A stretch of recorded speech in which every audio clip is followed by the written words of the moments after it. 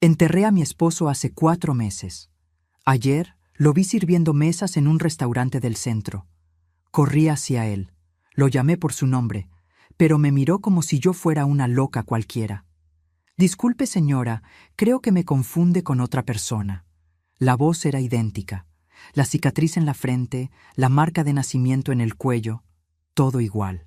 Así que decidí seguirlo esa noche, pero lo vi entrar al cementerio y descubrí algo que me destrozó. Pero antes de continuar, asegúrate de estar suscrito al canal y escribe en los comentarios: ¿desde dónde estás viendo este video? Mi nombre es Jimena, tengo 52 años y por 4 meses viví como viuda. 4 meses vistiendo de negro, recibiendo miradas de lástima en el supermercado, escuchando frases vacías como «él está en un lugar mejor ahora» o «el tiempo lo cura todo». 4 meses durmiendo sola en una cama que aún guardaba su olor en la almohada, despertando a mitad de la noche esperando escuchar su respiración a mi lado. Alejandro murió en un accidente de coche en marzo, un choque frontal en la carretera que conecta nuestra ciudad con la Ciudad de México.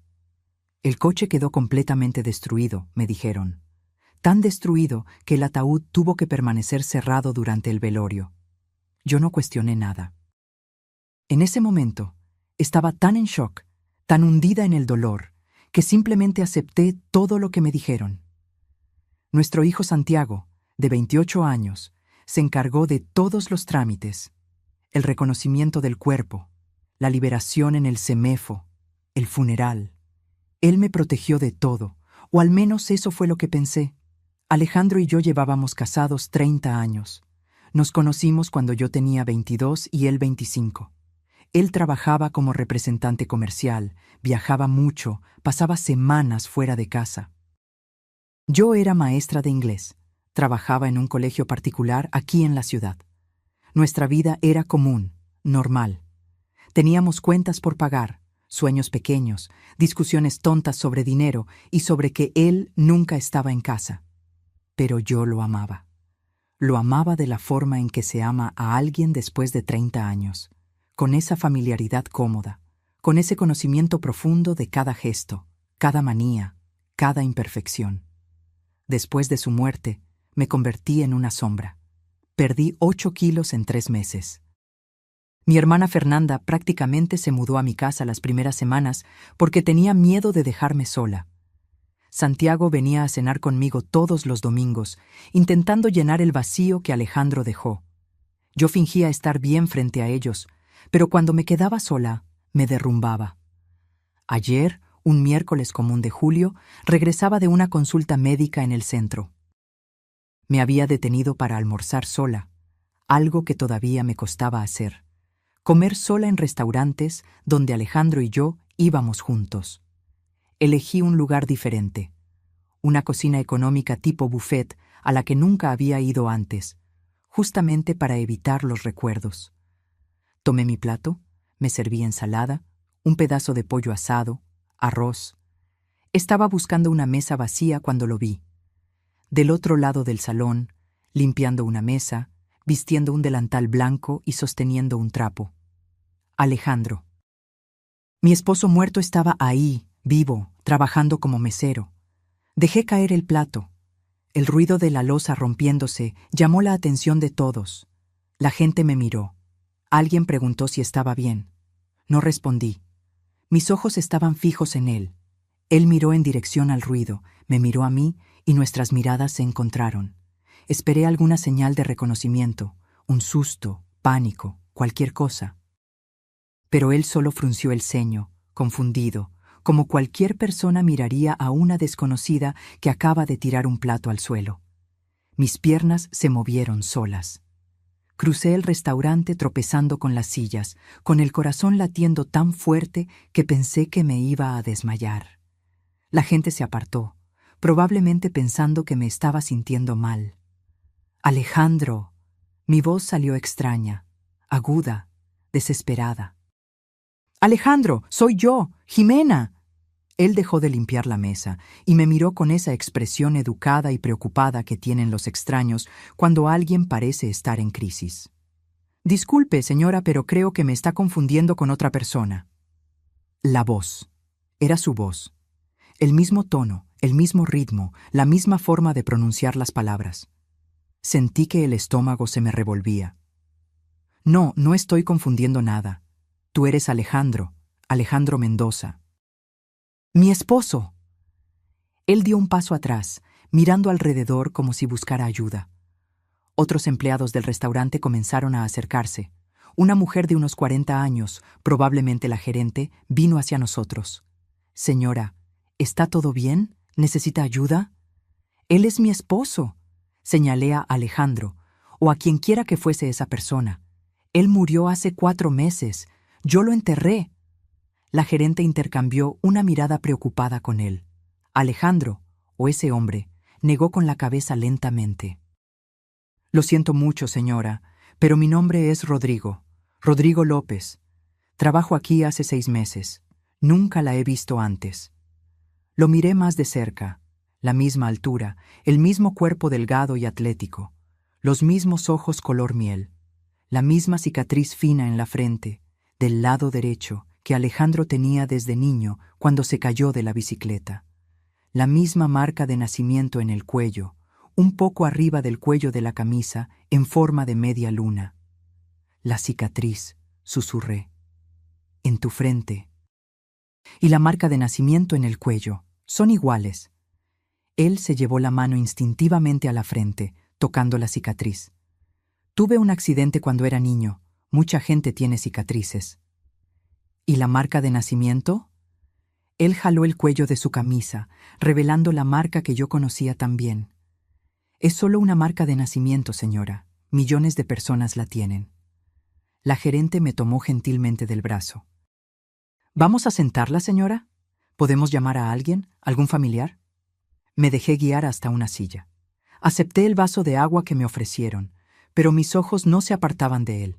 Él volvió al trabajo, pero yo notaba que me miraba de reojo, preocupado o tal vez con miedo de que yo hiciera otra escena. Me quedé ahí sentada por 20 minutos, observando.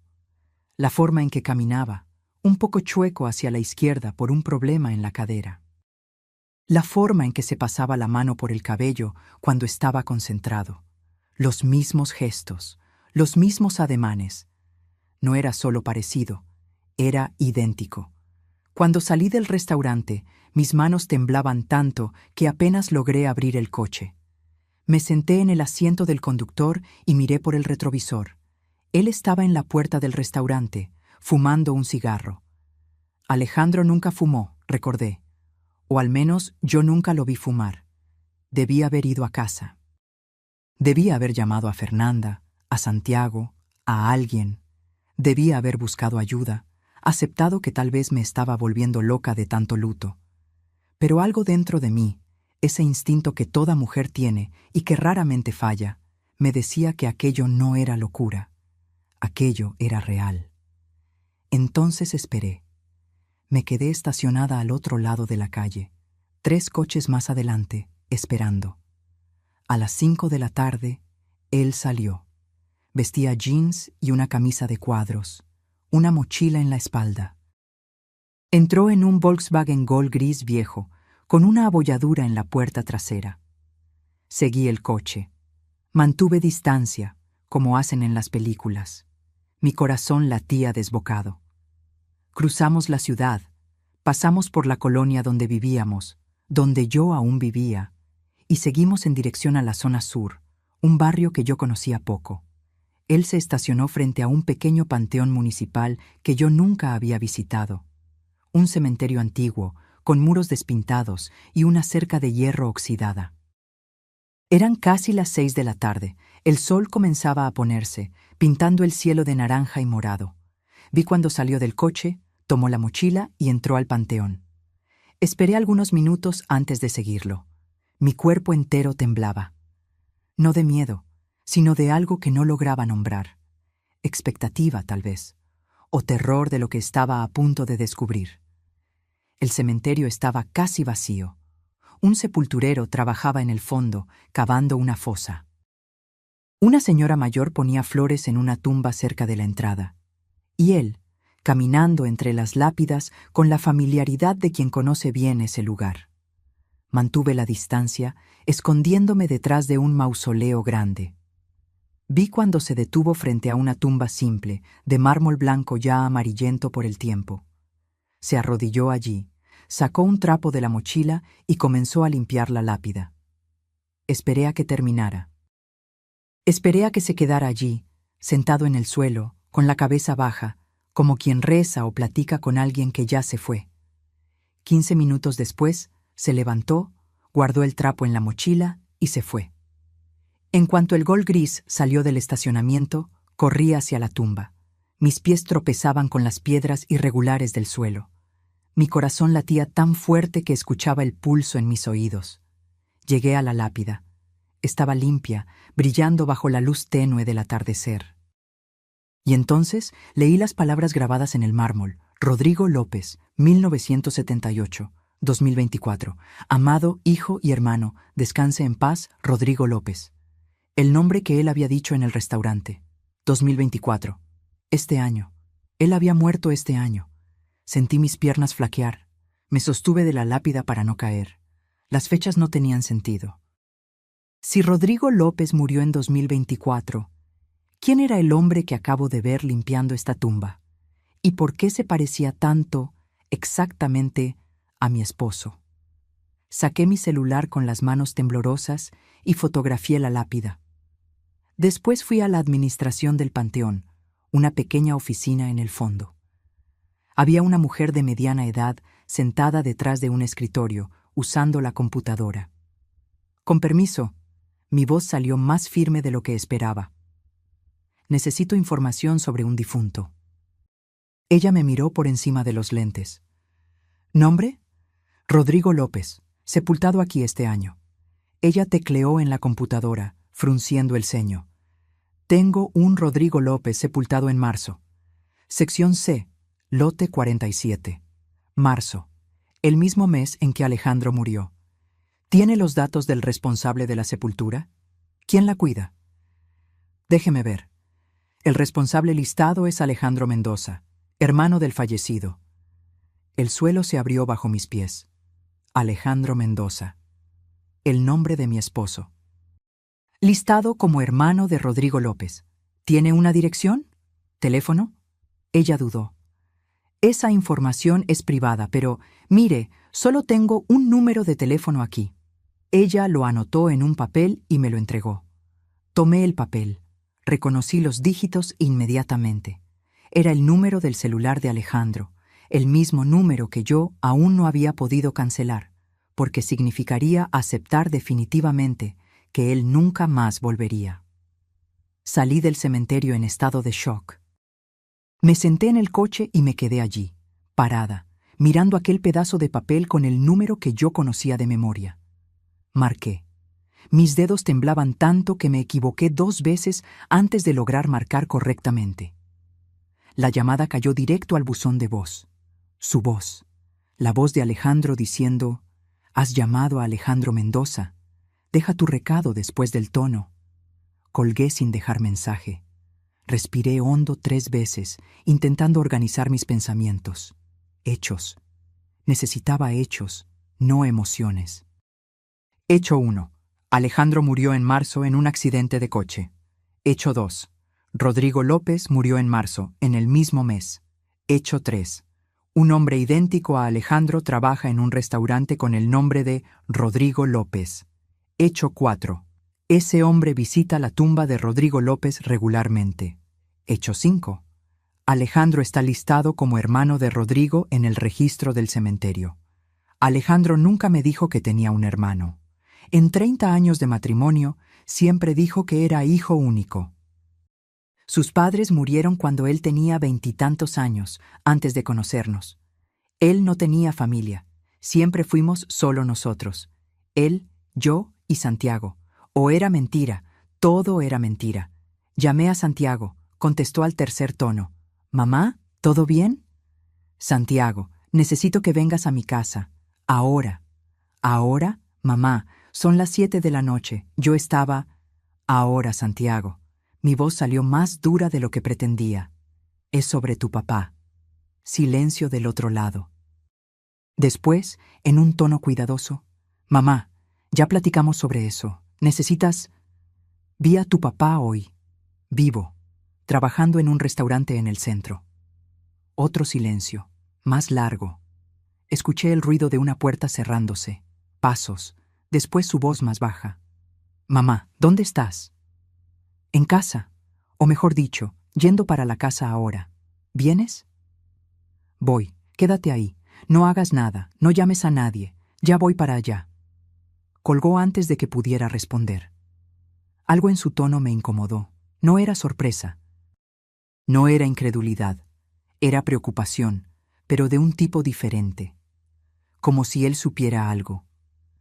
Manejé a casa en piloto automático. Cuando llegué, las luces estaban todas apagadas.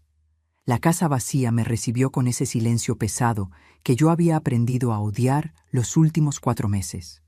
Prendí las luces, hice un té que no bebí, me senté en el sofá y esperé. Santiago llegó 40 minutos después. Entró sin tocar. Él tenía llave. Me encontró sentada en la oscuridad. Yo había apagado las luces de nuevo sin darme cuenta. «Mamá». Él encendió la lámpara. Se sentó a mi lado. «Cuéntame qué pasó». Le conté todo. El restaurante, el hombre idéntico a Alejandro, su negación, el cementerio, la tumba de Rodrigo López, el registro con el nombre de Alejandro como hermano. Le mostré la foto de la lápida en mi celular. Santiago miró la foto en silencio. Su rostro no mostraba sorpresa, mostraba resignación. «Tú sabías». No era una pregunta. Él cerró los ojos. Se pasó la mano por la cara, ese gesto que hacía cuando estaba nervioso, desde niño. «Mamá, tú sabías que tu papá tenía un hermano». «No exactamente un hermano». «¿Entonces qué?» Santiago respiró hondo. Cuando abrió los ojos, vi lágrimas en ellos. «Un hermano gemelo». Las palabras quedaron suspendidas en el aire entre nosotros. Hermano gemelo. Alejandro tenía un hermano gemelo y nunca me lo contó. En 30 años de matrimonio nunca lo mencionó. «Explícame». Mi voz salió fría, controlada. «Ahora». Santiago se levantó, comenzó a caminar por la sala, ese hábito nervioso que heredó de su padre, del hombre que yo pensaba conocer. Papá y Rodrigo eran gemelos idénticos. Nacieron en 1970, en un pueblo pequeño de Michoacán. La familia era muy pobre. Cuando tenían 5 años, los padres se separaron. La mamá se quedó con papá y el padre se quedó con Rodrigo. Me senté más recta en el sofá. Continúa. Crecieron separados, en ciudades diferentes. Papá fue criado por su madre aquí en la Ciudad de México. Rodrigo se quedó en el pueblo con el padre. Se reencontraron solo cuando eran adultos, por casualidad, en una central de autobuses. ¿Y por qué nunca me contó eso? ¿Por qué escondió que tenía un hermano gemelo por 30 años? Santiago dejó de caminar. Me miró con esa expresión de quien está a punto de decir algo que va a doler. Porque Rodrigo tenía problemas, mamá. Problemas serios. ¿Qué tipo de problemas? Estuvo preso algunas veces. Robos pequeños, fraudes. Lo internaban en clínicas psiquiátricas de vez en cuando. Tenía crisis.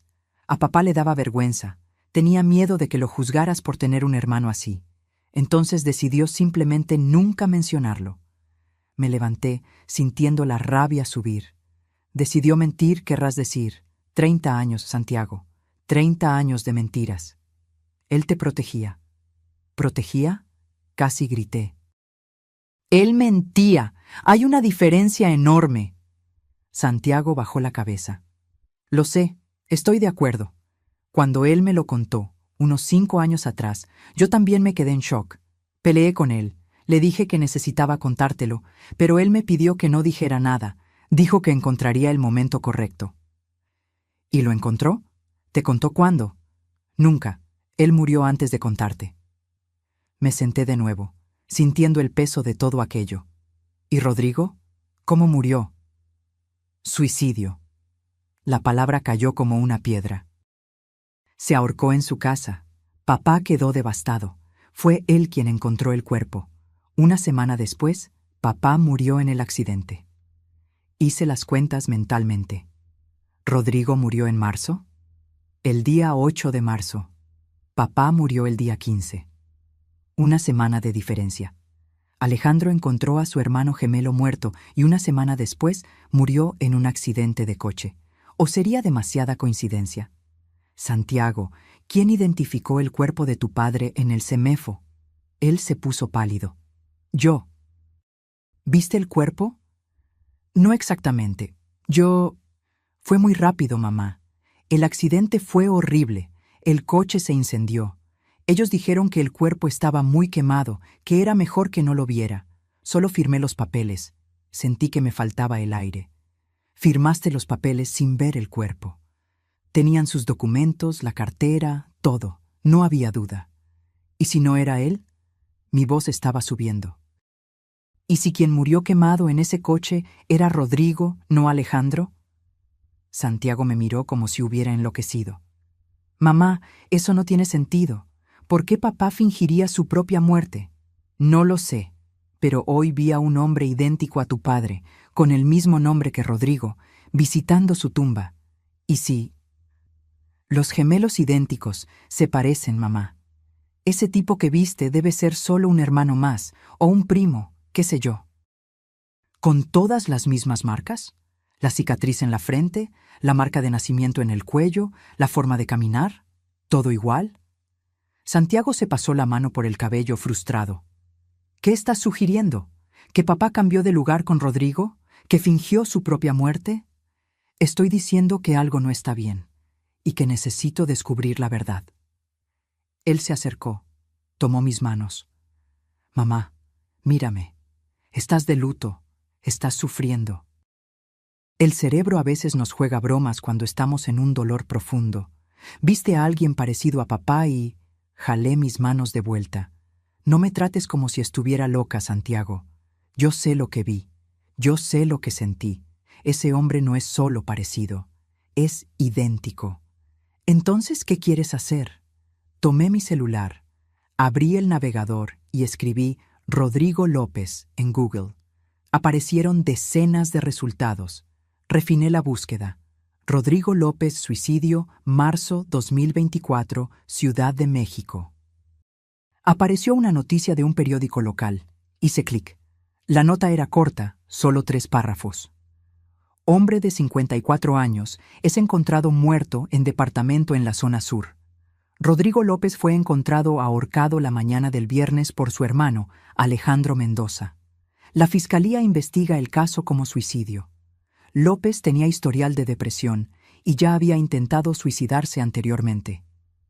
Se lo mostré a Santiago. Dice aquí que Alejandro encontró el cuerpo.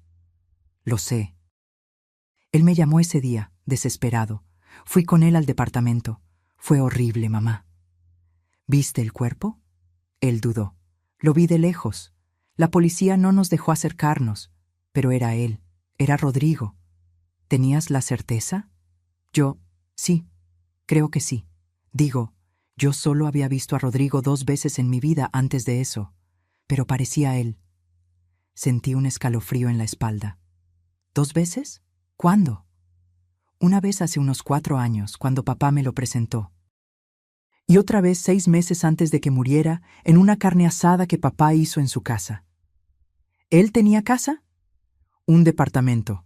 Muy sencillo, en la zona sur. ¿El mismo departamento donde fue encontrado muerto? Sí. Me levanté de nuevo, tomando mi bolsa. Vamos allá. ¿A dónde? Al departamento de Rodrigo. Ahora. Mamá, ya son las 9 de la noche, y el departamento está sellado por la policía. Entonces vamos mañana, a primera hora. Santiago suspiró. Mamá, ¿para qué? ¿Qué esperas encontrar? La verdad. No dormí esa noche. Me quedé acostada en la oscuridad, mirando al techo, repasando todo en mi cabeza. Alejandro y Rodrigo, gemelos idénticos separados en la infancia, reencontrados en la vida adulta.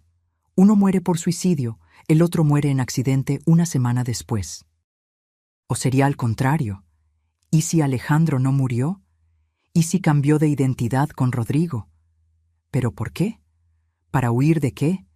¿De quién? ¿De mí? Tomé mi celular y comencé a investigar.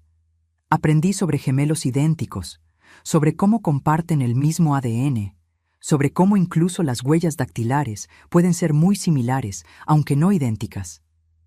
Leí sobre casos de hermanos gemelos que cambiaron de identidad, que engañaron a familias enteras. A las 5 de la mañana desistí de intentar dormir. Me bañé, me vestí, hice café. A las 7, Santiago tocó el timbre. Tenía ojeras profundas y parecía no haber dormido tampoco. ¿Vamos?, pregunté. Él asintió. Fuimos en su coche, un Honda Civic negro. El departamento de Rodrigo quedaba en un edificio viejo de 3 pisos, sin elevador, en la zona sur. Subimos hasta el segundo piso. La puerta tenía una cinta amarilla de la policía que ya estaba rota. Santiago sacó una llave del bolsillo. Papá me dio una copia. Después de que Rodrigo murió, él fue quien se encargó de todo aquí. ¿La policía liberó el departamento? Hace unos 2 meses. No había nada sospechoso. Fue suicidio mismo. Él abrió la puerta. El departamento olía a humedad y encierro. Era pequeño, unos 40 metros cuadrados, una sala con un sofá viejo, una cocineta, una recámara, un baño. Todo muy simple, casi vacío. Comencé a buscar. No sabía exactamente qué, pero algo que explicara todo aquello. Abría las cenas en la cocina. Vasos, platos, ollas viejas. Nada personal. Fui a la recámara. Una cama individual sin ropa de cama. Un ropero con algunas prendas colgadas. Tomé una camisa. Era de la misma talla que Alejandro usaba. La olí. No olía a nada, solo a humedad. Santiago estaba en la sala, revisando un cajón. Encontré algunos recibos viejos, luz, agua, todo a nombre de Rodrigo López. Seguí buscando. Debajo de la cama encontré una caja de zapatos vieja. La abrí. Dentro había fotos. Tomé una. Era de 2 niños pequeños, gemelos, de unos 5 años, abrazados y sonriendo. Volteé la foto. Al reverso escrito a mano. Alejandro y Rodrigo, 1975. Mis ojos se llenaron de lágrimas. Eran idénticos, 2 niños felices que no sabían que serían separados, que crecerían sin conocerse, que tendrían vidas tan diferentes. Seguí mirando las fotos. Rodrigo adolescente, solo. Rodrigo adulto, con un grupo de amigos que yo no conocía. Rodrigo frente a un edificio que parecía una clínica. Y entonces, una foto más reciente. Rodrigo y Alejandro juntos, adultos, abrazados, sonriendo. Alejandro usaba una camisa que yo reconocí. Se la había regalado en su cumpleaños hace 3 años. Le mostré la foto a Santiago. ¿Cuándo fue esto? Él miró. Creo que en la carne asada que te dije, 6 meses antes de que pasara todo. Continué revisando la caja. En el fondo encontré un sobre. Dentro de él, una carta, manuscrita, con letra temblorosa. Comencé a leer. Alejandro, ya no aguanto más. Intenté, juro que intenté, pero el dolor es demasiado grande. Tú tienes una vida, una familia, un hijo. Yo no tengo nada. Solo problemas, solo deudas, solo esta enfermedad en la cabeza que nunca se va. A veces me quedo pensando cómo habría sido si hubiéramos crecido juntos, si mamá no se hubiera quedado solo contigo, si papá no me hubiera llevado lejos. ¿Sería yo diferente? ¿Tendría una vida como la tuya? Pero no sirve de nada pensar en eso ahora. Lo que fue, fue, y no veo salida. Perdón por ser una carga para ti. Perdón por cada vez que necesité dinero, cada vez que te causé problemas. Siempre fuiste bueno conmigo, aunque yo no lo mereciera. Cuida a Jimena y a Santiago por mí. Tienen suerte de tenerte. Rodrigo. Mi mano tembló sosteniendo el papel. Santiago. Él vino hacia mí. Leyó la carta por encima de mi hombro. Se quedó en silencio. Esta es una carta de despedida, susurré. Rodrigo estaba planeando el suicidio. Parece. Pero mira aquí. Señalé una línea.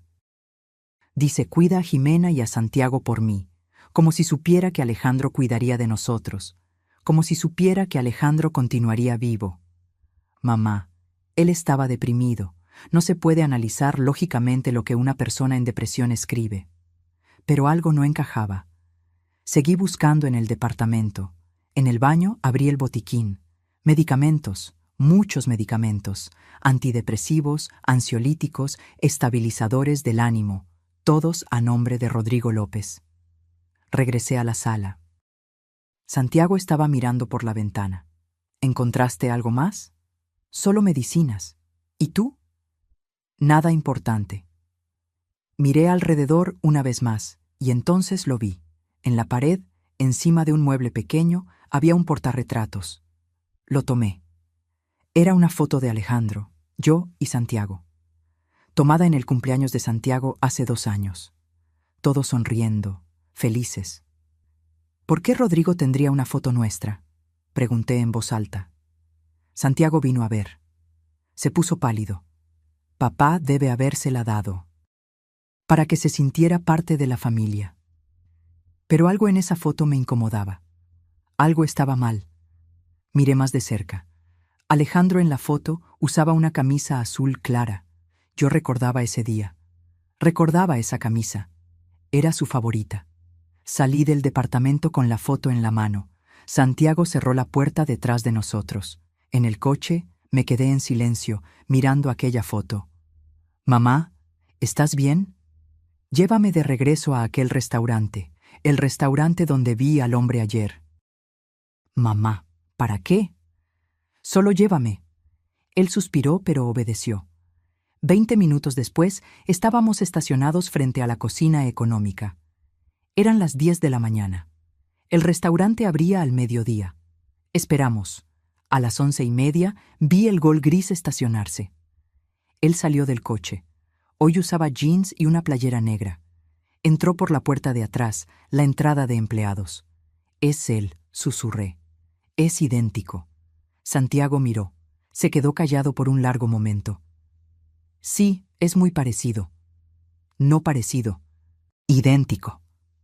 Esperé hasta el mediodía. Entré sola al restaurante. Santiago se quedó en el coche. Se lo pedí.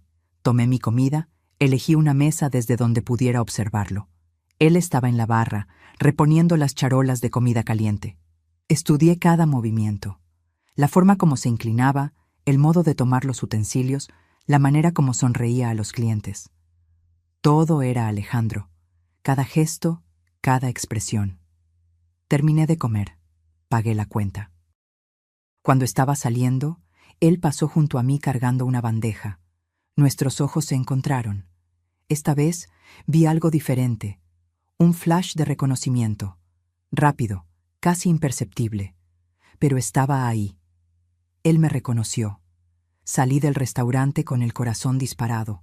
Entré al coche. Santiago me miró preocupado. ¿Y bien? Él me reconoció. Por una fracción de segundo, cuando nuestros ojos se encontraron, él me reconoció. Mamá, puedes estar imaginando. No estoy imaginando nada. Mi voz salió más alta de lo que pretendía. Respiré hondo. Perdón, pero lo vi. Tengo la certeza. Santiago manejó de regreso a mi casa en silencio. Cuando llegamos, entró conmigo. Hicimos café. Nos sentamos a la mesa de la cocina. ¿Qué quieres hacer?, preguntó finalmente.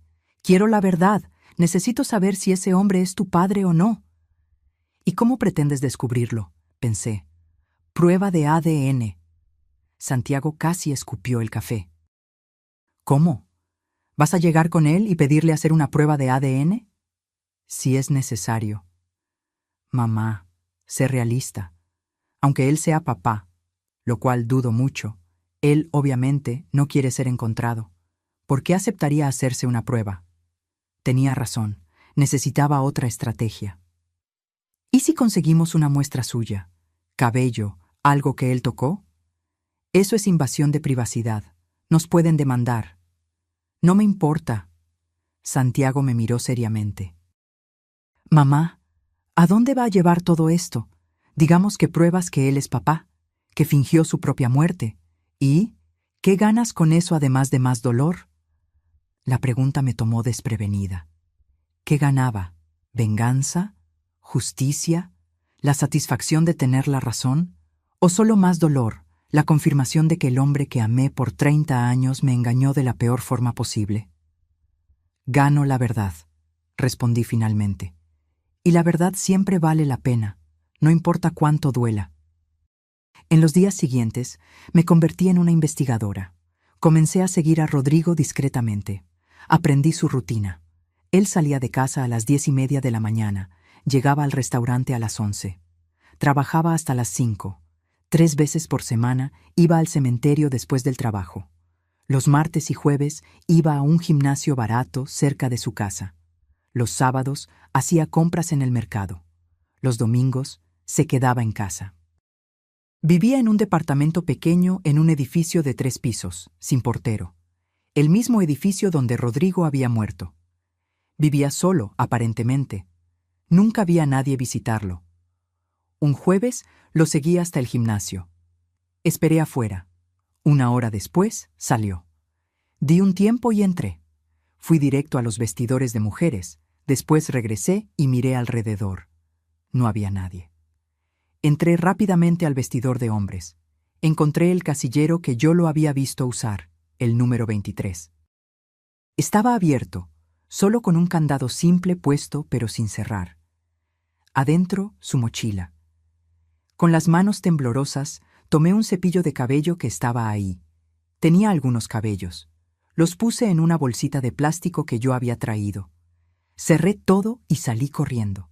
Al día siguiente, fui a un laboratorio particular. Expliqué que necesitaba una prueba de ADN. La recepcionista me miró con esa expresión neutra profesional. ¿Para prueba de paternidad? Algo así. Tengo muestras de 2 personas. Necesito saber si son la misma persona. Ella frunció el ceño. El ADN no funciona así. La prueba muestra relación genética, padre e hijo, hermanos, etc. Para saber si 2 muestras son de la misma persona, sería necesario comparar con un patrón de referencia. Mi corazón se hundió. ¿Y si tengo algo que perteneció a una de esas personas? ¿Algo con su ADN? Podría funcionar. ¿Lo tiene? Pensé. En casa, yo aún tenía cosas de Alejandro. Su cepillo de dientes, ropa, el peine que usaba. Tengo. Entonces tráigalo. Vamos a necesitar una buena muestra y va a costar unos 5,000 pesos. Pagué por adelantado. Volví a casa y tomé el cepillo de dientes de Alejandro, que yo había guardado en una bolsa de plástico. No sé por qué, tal vez intuición. Lo llevé de vuelta al laboratorio junto con los cabellos del vestidor. Resultados en 10 días, dijo la recepcionista. Fueron los 10 días más largos de mi vida. No le conté a nadie, ni a Santiago, ni a Fernanda. Continué mi rutina. Daba clases, regresaba a casa, esperaba. Al 10º día recibí un correo. Resultados listos para recoger. Salí corriendo del colegio, tomé un Uber hasta el laboratorio. La recepcionista me entregó un sobre sellado. Lo abrí ahí mismo, con las manos temblando. Leí el reporte. Palabras técnicas, números, gráficos. Y entonces, al final, la conclusión. Compatibilidad genética, 99.97%. Las muestras pertenecen al mismo individuo. Sentí mis piernas flaquear. La recepcionista me sostuvo del brazo. «Señora, ¿está bien? ¿Quiere sentarse?» Me senté en una silla de la recepción. Releí el resultado 3 veces. 99.97%. Era él. El hombre en el restaurante era Alejandro. Mi esposo no estaba muerto. Fingió su propia muerte y estaba viviendo como otra persona. Lloré ahí mismo, en la recepción del laboratorio. No de alivio, de traición, de rabia, de dolor. La recepcionista me ofreció agua, me dejó usar el baño, me lavé la cara, me recompuse. Guardé el resultado en la bolsa. En el coche llamé a Santiago. «Necesito que vengas a mi casa. Ahora. Es urgente». 1 hora después, él estaba en mi sala. Le mostré el resultado del ADN. Vi cuando el shock atravesó su rostro. No es posible. Lo es. Ese hombre es tu padre. Alejandro no murió. Él cambió de lugar con Rodrigo y fingió su propia muerte. Santiago se sentó, pálido. ¿Pero por qué? ¿Por qué haría eso? No lo sé, pero lo voy a descubrir. Mamá, espera. Vamos a pensar con calma. Si él hizo eso, debe tener un motivo. Tal vez estaba en peligro. Tal vez él simplemente no quería más esta vida, esta familia, a nosotros. Las palabras salieron amargas. Santiago intentó protestar, pero lo interrumpí. Él nos abandonó, Santiago. Nos dejó creer que estaba muerto. Me dejó sufrir, llorar, vestir de luto. ¿Y por qué? ¿Para vivir como mesero en un restaurante de mala muerte? Eso no tiene sentido. Tiene que haber una explicación. Entonces vamos a preguntarle. Tomé mi bolsa. Santiago me sostuvo del brazo. Mamá, no, no así. Estás alterada. Vamos a planear. Pensar bien en cómo abordar. Solté mi brazo. Pasé 4 meses de luto. 4 meses creyendo en una mentira. No voy a esperar ni un segundo más. Manejé hasta el restaurante. Santiago fue detrás, en su coche, intentando llamarme todo el tiempo. No contesté. Eran las 3 de la tarde, hora de poco movimiento. Entré.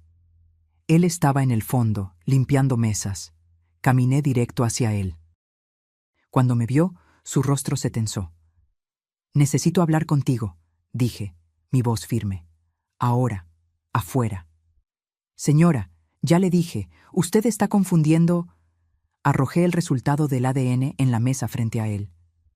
No estoy confundiendo nada, Alejandro. ¿O prefieres que llame a la policía aquí? Él miró el papel. Vi cuando el color desapareció de su rostro. Sus hombros cayeron. Por un largo momento nos quedamos ahí, parados, mirándonos. Después él miró alrededor. El restaurante estaba casi vacío, solo 2 clientes en la esquina opuesta. Dame 10 minutos, dijo en voz baja. Voy a hablar con mi jefe y te encuentro afuera. Salí. Santiago se había estacionado y venía en mi dirección. Mamá, ¿qué hiciste? Le di los resultados del ADN. Él va a hablar conmigo en 10 minutos. Dios mío. Santiago se pasó la mano por el cabello. ¿Y ahora? Ahora esperamos. 12 minutos después, salió por la puerta de atrás. Venía sin el delantal, usando solo jeans y camiseta. Se acercó a nosotros. Miró a Santiago, después a mí. Vamos a mi departamento, dijo. No quiero hablar aquí. Lo seguimos. Santiago y yo en su coche. Alejandro, o Rodrigo, o quien sea que él fuera ahora, en el Gol gris. Llegamos al edificio. Subimos. Él abrió la puerta del departamento. Era diferente de como lo recordaba de la vez que había venido a investigar. Ahora había vida ahí.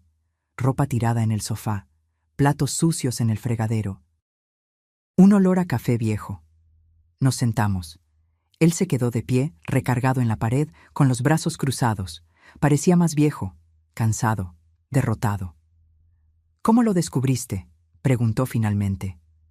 Te vi en el restaurante. Te seguí hasta el cementerio. Vi que visitabas la tumba de Rodrigo. Sumé 2 más 2. Él asintió lentamente. ¿Y el ADN? Tomé cabellos tuyos en el gimnasio. Los comparé con tu cepillo de dientes que aún tenía en casa. Un silencio pesado. Santiago estaba sentado en el sofá, con la cabeza entre las manos. Yo permanecí de pie, con los brazos cruzados, esperando. ¿Por qué? Mi voz salió más débil de lo que quería. ¿Por qué hiciste esto, Alejandro? Él cerró los ojos. Cuando los abrió, estaban rojos. Porque no tenía opción. Todo el mundo tiene opción. No, no cuando hay vidas en juego. Fruncí el ceño. ¿Qué vidas?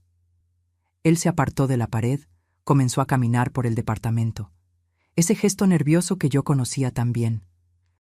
Ustedes no saben todo, sobre Rodrigo, sobre lo que pasó en los últimos años. Entonces cuenta, dijo Santiago, levantando la cabeza.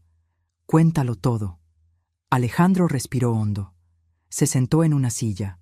Comenzó a hablar.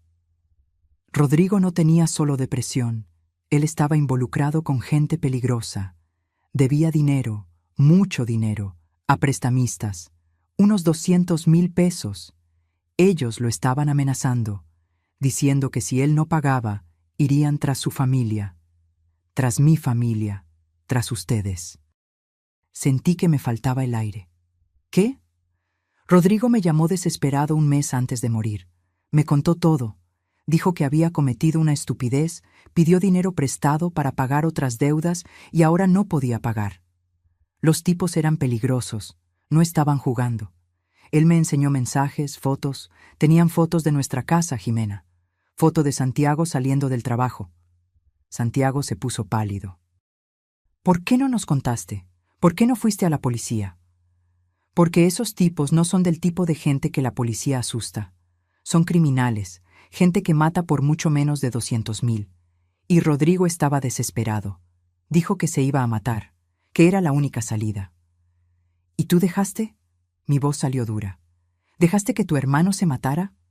¡No! Alejandro se levantó agitado. Yo no lo dejé. Intenté impedirlo.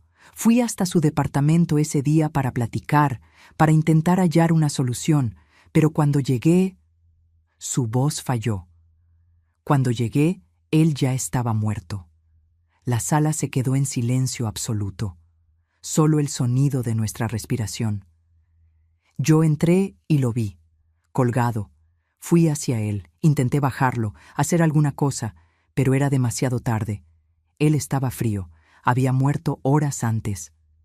Alejandro se sentó de nuevo, con la cabeza en las manos. Y entonces vi la carta diciendo que estaba cansado, que no aguantaba más, que la culpa era de él por haber involucrado a la familia, y me quedé ahí, mirando a mi hermano muerto, pensando en los prestamistas, en ustedes, en el peligro. Y decidiste cambiar de lugar con él, completé. No inmediatamente. Al principio solo quería protegerlos, pero entonces pensé, Rodrigo y yo éramos idénticos, misma altura, mismo peso, mismas marcas. Si yo llamaba a la policía y decía que Rodrigo se había matado, los prestamistas se pondrían furiosos. Irían tras de mí, de ustedes, para cobrar la deuda. Pero si tú fingías que eras tú quien había muerto, dijo Santiago despacio, ellos irían tras Rodrigo, pero Rodrigo ya estaría muerto. Exactamente. Era la única forma de protegerlos, de hacer que los prestamistas desistieran. Sentí la rabia subiendo. Entonces armaste todo. Le pusiste tu ropa a él, le pusiste tus documentos. Llamaste a Santiago diciendo que era Rodrigo quien se había matado. Sí, y una semana después tomé el coche de Rodrigo, manejé hasta aquella carretera vacía, choqué contra un árbol e incendié el coche. Dejé mis documentos adentro. Huí antes de que alguien llegara. Después llamé anónimamente a los bomberos. Y cuando llegaron, continué, encontraron un cuerpo carbonizado en un coche con documentos de Alejandro Mendoza. El cuerpo era irreconocible por el fuego. El ADN tardaría semanas en estar listo, si es que lo hacían. No había sospecha de crimen, entonces fue registrado como accidente. Santiago identificó, o mejor dicho, firmó los papeles sin ver el cuerpo de hecho. Miré a Santiago. Él estaba blanco, en shock. Tú me usaste, le dijo a Alejandro. Me hiciste firmar esos papeles, me hiciste creer. No tenía opción. Era eso, o ponerlos en riesgo. Siempre tienes opción, grité. Podías habernos contado, podías haber pedido ayuda, podríamos haber encontrado una solución juntos. ¿Y si no la encontrábamos? ¿Y si los prestamistas iban tras ustedes? Jimena, esos tipos no juegan. Ellos matan familias enteras. Entonces te pareció mejor matarnos de otra forma, dejándome creer que estabas muerto, dejándome sufrir, llorar, entrar en depresión. Santiago perdiendo al padre.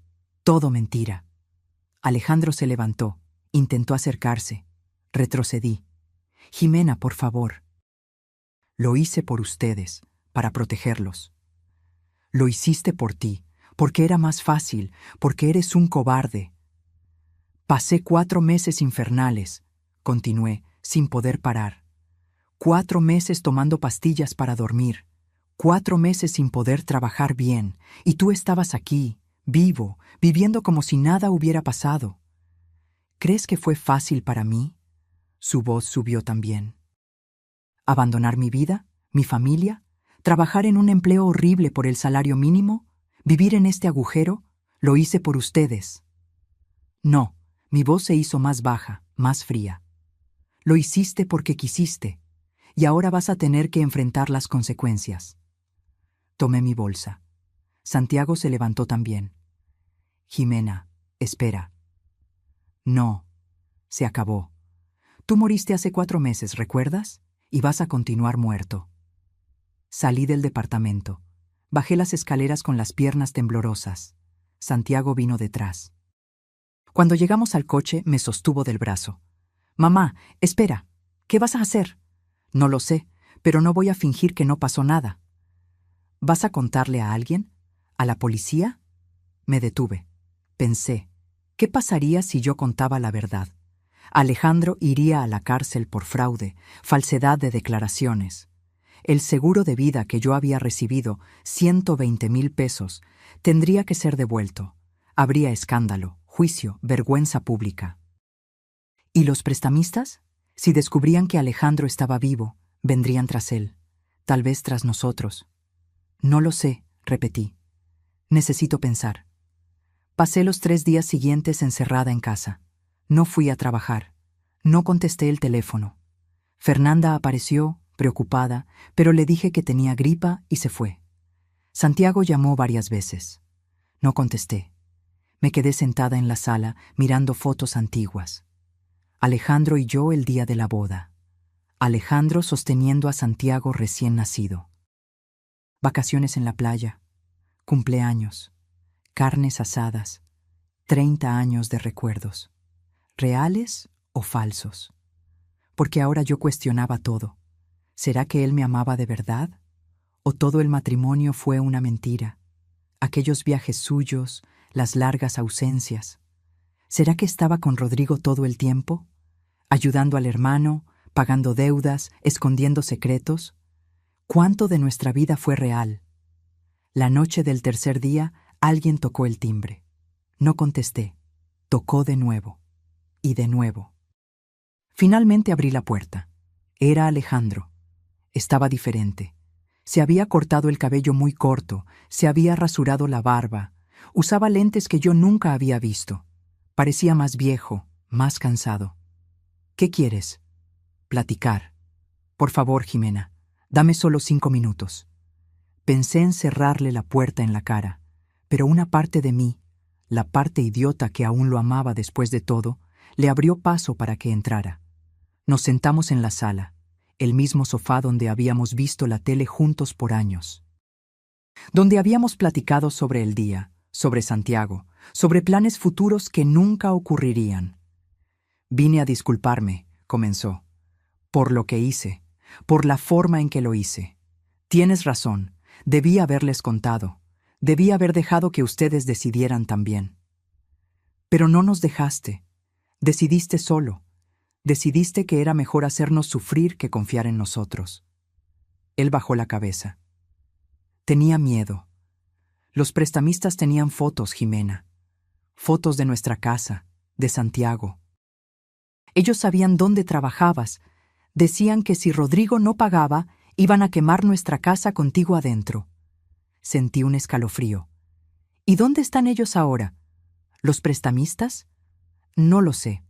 Después de que Rodrigo murió, o mejor dicho, después de que creyeron que yo morí, ellos desaparecieron. Deben haber desistido. Al final, no se le puede cobrar una deuda a un muerto. ¿Y tienes la certeza de que desistieron? ¿Que no van a volver? Van 4 meses. Si fueran a volver, ya habrían vuelto. Nos quedamos en silencio. El reloj en la pared marcaba las 9 de la noche. Allá afuera, la vida continuaba. Coches pasaban, vecinos regresaban del trabajo. El mundo giraba normalmente mientras el mío se había detenido. ¿Qué quieres de mí? Pregunté finalmente. ¿Perdón? Porque no sé si pueda perdonarte. No quiero perdón. Sé que no lo merezco. Solo quiero que entiendas que no hice esto para lastimarte. Lo hice para protegerte. Pero me lastimaste, profundamente. Lo sé. Y voy a cargar con esa culpa por el resto de mi vida. Lo miré. Realmente parecía arrepentido. Pero el arrepentimiento no cambiaba lo que había pasado. No borraba 4 meses de dolor. ¿Y ahora? Pregunté. ¿Qué pasa ahora? Eso depende de ti. Si quieres denunciarme, lo entiendo. Voy a aceptar las consecuencias. Pero si quieres, si puedes fingir que no sabes, yo continúo como Rodrigo. Continúo muerto para ti, y tú sigues con tu vida. Seguir con mi vida, repetí. ¿Como si nada hubiera pasado? Como si yo realmente hubiera muerto en aquel accidente. La propuesta quedó suspendida en el aire entre nosotros. Yo podía denunciarlo, exponer todo, destruir la farsa. ¿Pero para qué? ¿Para ver a mi esposo preso? ¿Para devolver el seguro de vida y pasar por toda la vergüenza pública? ¿Para arriesgar que los prestamistas descubrieran y vinieran tras nosotros? ¿O podía simplemente aceptar que Alejandro murió hace 4 meses? Que el hombre frente a mí era Rodrigo, un extraño, y seguir mi vida como la viuda que realmente era, porque Alejandro, el hombre que yo amaba, ese realmente murió. Lo que sobró era un cobarde que eligió huir en vez de luchar. Hay una condición, dije. Él me miró, esperanzado. Cualquiera. Nunca más apareces frente a mí. Nunca más entras en contacto conmigo o con Santiago. Si te veo en la calle, voy a voltear hacia el otro lado. Si intentas hablarme, te voy a ignorar. Para mí, Alejandro murió, y Rodrigo es un extraño. Vi el dolor cruzar su rostro, pero asintió. Entiendo. Y tú nunca, nunca le cuentas a nadie la verdad. Te llevas este secreto a la tumba. ¿Entendiste? Sí. Me levanté. Tomé mi anillo de matrimonio, que yo aún usaba. Me lo quité del dedo. Lo puse en la mesa de centro entre nosotros. Entonces está decidido. Alejandro Mendoza murió el 15 de marzo de 2024. Fue enterrado y llorado. Y Rodrigo López es un extraño que nunca he visto antes en mi vida. Alejandro, Rodrigo, miró el anillo. Lo tomó delicadamente, como si fuera una reliquia. Lo guardó en el bolsillo. ¿Puedo hacer una última pregunta?, dijo levantándose. Puedes. ¿Logras entender por qué hice esto? ¿Por qué elegí protegerlos de esta forma? Pensé. Honestamente pensé. Logro entender el miedo. Logro hasta entender la lógica retorcida, pero no logro aceptarlo, porque no confiaste en mí, en nosotros. Y un matrimonio sin confianza no es nada. Él asintió lentamente.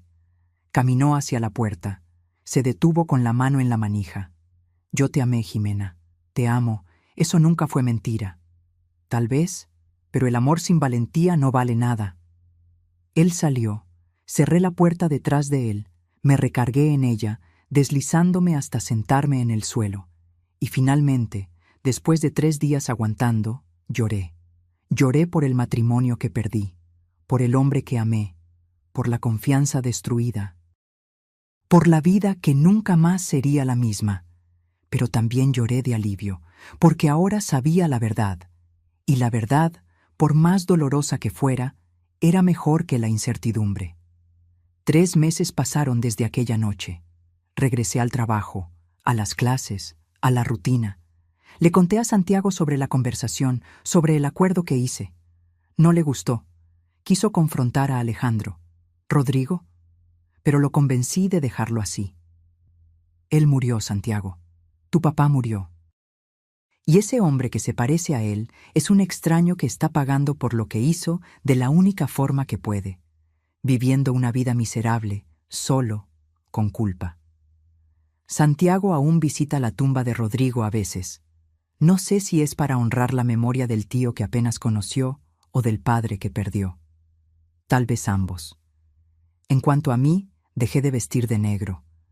Volví a salir con amigas. Comencé terapia. no para superar la muerte de Alejandro, sino para superar la traición, porque fue eso lo que fue. Una traición gigantesca.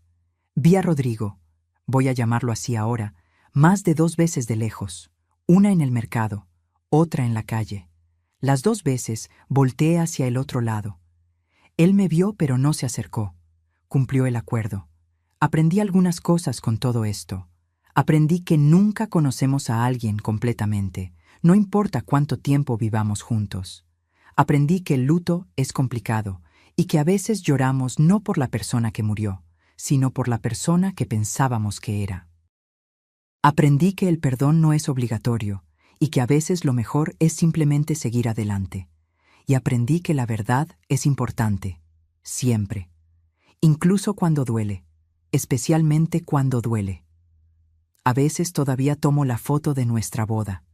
Miro a aquella pareja joven, feliz, llena de sueños, y me pregunto en qué momento todo comenzó a derrumbarse.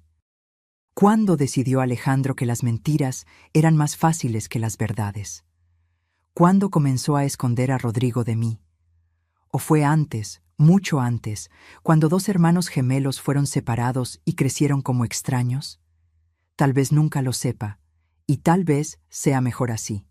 Ayer recibí una carta, sin remitente. Adentro, solo una foto vieja. Alejandro y Rodrigo niños, 5 años, abrazados, sonriendo. Al reverso, escrito a mano. Gracias por entender. Gracias por dejarme protegerlos, aunque sea de la forma equivocada. R. Guardé la foto en una caja con otros recuerdos. Recuerdos de un hombre que murió 2 veces.